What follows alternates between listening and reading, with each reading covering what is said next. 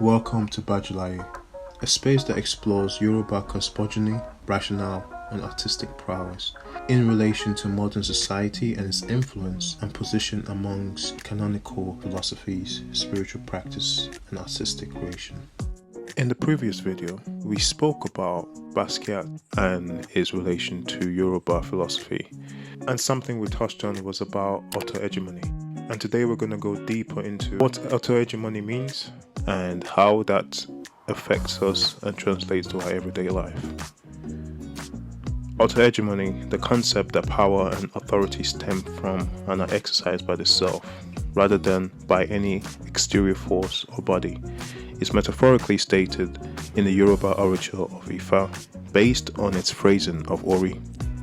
The Ori represents power and control, guiding the self as the intellectual seat of the body and mind. As stated by Roland Abiodun, the Yoruba art historian and philosopher, on all occasions, sacred or secular, the indispensability of Ori is stressed. He is referred to as Oko, which means husband or master in Yoruba, implying his invisibility and power to control or influence the outcome of any situation. Ashe is located at the apex of a canonical shaped shrine object known as Ibori, which symbolically represents Ori, which translates to the head, the authority, power, or force needed to accomplish all things. Likewise, every creature and personified force uses its Ori to solve problems and surmount obstacles. The reliance on one's Ori, or the self, as a source of authority and power, rather than placing a futile hope in external sources, is not only implied above but is idiomatically expressed in an Ifa chant documented by the leading scholar of that genre, Wande Abimbola, in his 16 great poems of Ifa written in 1975. In a piece entitled Ori and the Individual's Personal Orisha, the narrator asks 8 major Yoruba divinitaries the following question: who among you gods could follow your devotee to a distant journey over the seas? At first, all 8 divinities respond that they would gladly follow their devotees on a journey. However, when they fully considered the conditions of the enterprise, every one of them declined to travel. After careful deliberation on this problem, the oracle concludes that it is Ori alone who can follow his own devotee to a distant journey over the seas. When a devotee of Shango dies, people may say a Shango instrument should be thrown away. When a devotee of Oshala dies, people will ask that his paraphernalia should be buried with him. Orunmila asks, ever since human beings have been dying, whose head is ever severed from his body before burial? Ifa said, it is Ori alone who can follow his own devotee to a distant journey over the seas without turning back. The point of this iton, or tale, is that one must derive authority, power, and energy from the self rather than from external stimuli, because ectogenic meaning that it is growing from an organism outside the body in which it would normally be found. So, ectogenic powers are unreliable.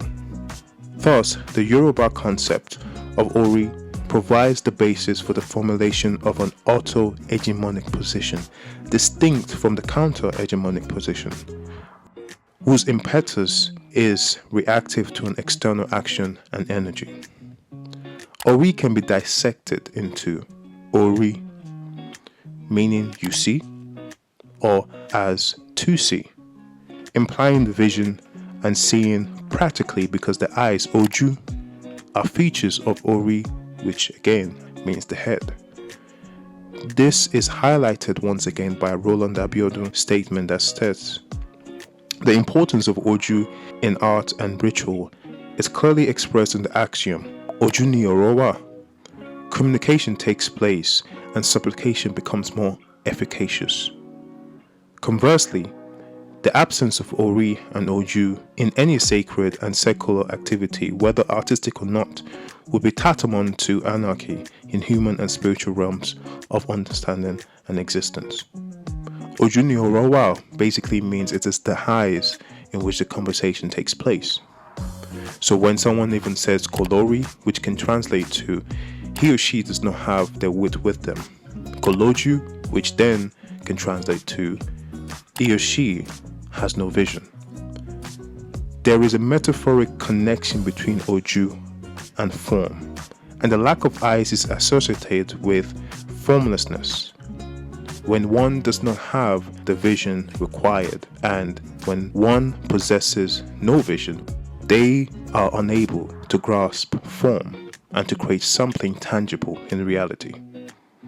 The search for form becomes a major theme in Yoruba art, a mantle resembled and resumed by many black artists in the United States to represent cultural remembering with their images of recollection, excavating history, reassembling its archaeological fragments by matching and remembering them with present aspirations and forms. The recovery of ethnic fragments contain race, gender, and class fractures, allowing one to observe the aesthetic and ideological metamorphosis from one thematic position to another, representing the historical health of diaspora life from one ideological epoch to another.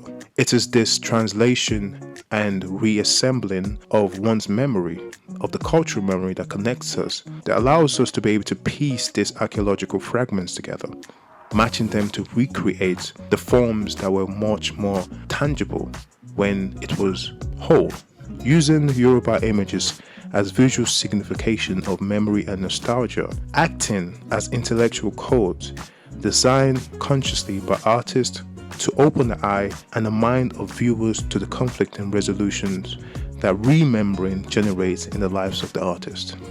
This signifies the artist's anamnestic impulses, a successful attempt to cross the gnostic chasm of a collective loss of memory into the realms of dreams, nostalgia, desires, and metaphoric remembering, a polycultural collage of time and space.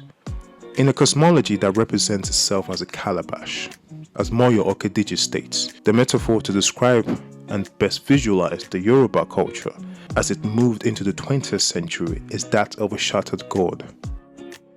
Such shattered gourd is what we are repiecing together in the diaspora.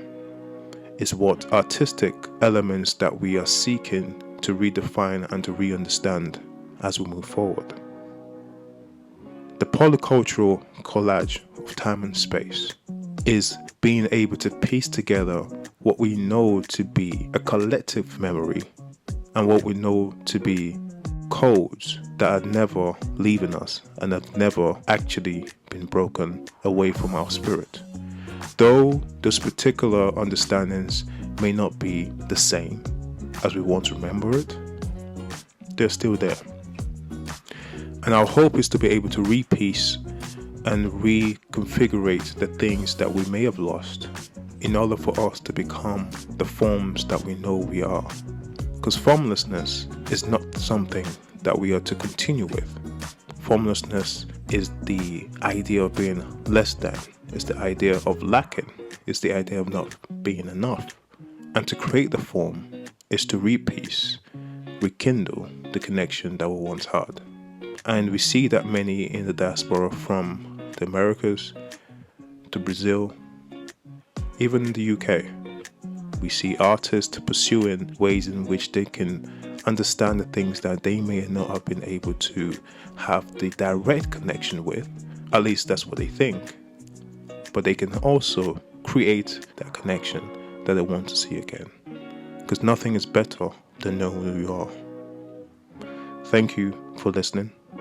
Like, share, and subscribe. And I'll see you in the next one.